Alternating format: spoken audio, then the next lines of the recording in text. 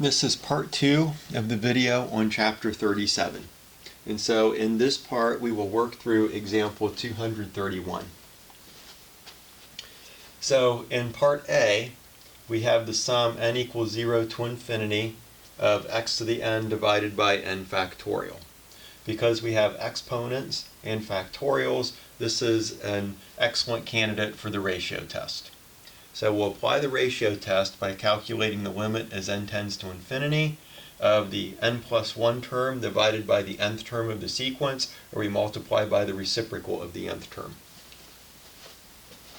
We calculate this limit. The exponents and the factorials cancel nicely, and we have x divided by n plus 1 in the absolute value.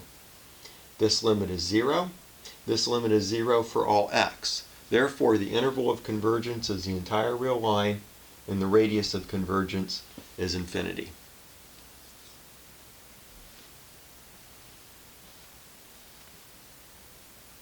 For part B, we could also apply the ratio test, but I like this other method better. We look at this series here. We have x minus 8 to the n divided by n.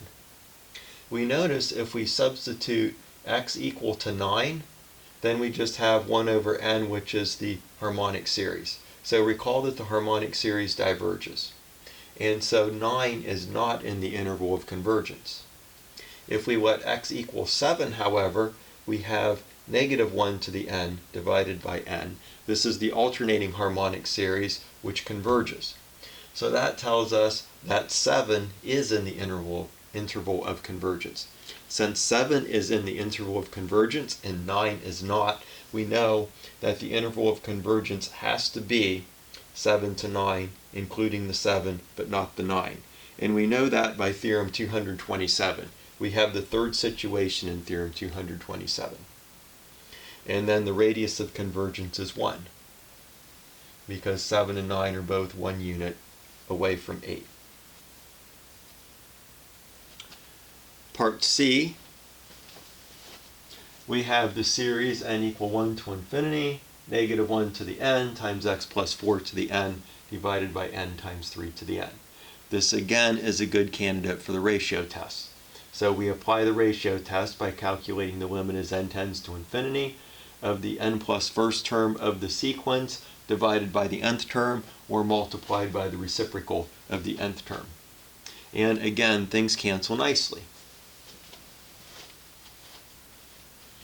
X plus 4 to the n plus 1 divided by x plus 4 to the n is x plus 4. 3 to the n plus 1 divided by 3 to the n is 3. Because we're taking the absolute values, we could ignore the negative 1 terms. And so we have this limit. Now, this is the limit. We know that this series then will converge absolutely if this is strictly less than 1 by the ratio test. So if this fraction is strictly less than 1, that means that the absolute value of x plus 4 is strictly less than 3. That means that our interval of convergence is going to contain the open interval negative 7 to negative 1, because we know the radius of our convergence is 3. The question is, what happens at negative 7 and negative 1? So we set x equal to negative 7 and see what happens. We substitute negative 7 right here. We have negative 3 to the n times negative 1 to the n is 3 to the n. It cancels with this 3 to the n, and we simply have the harmonic series which diverges. If we substitute negative 1 for x, we have negative 1 plus 4 is 3. 3 to the n divided by 3 to the n is 1, and so we have the alternating harmonic series which converges.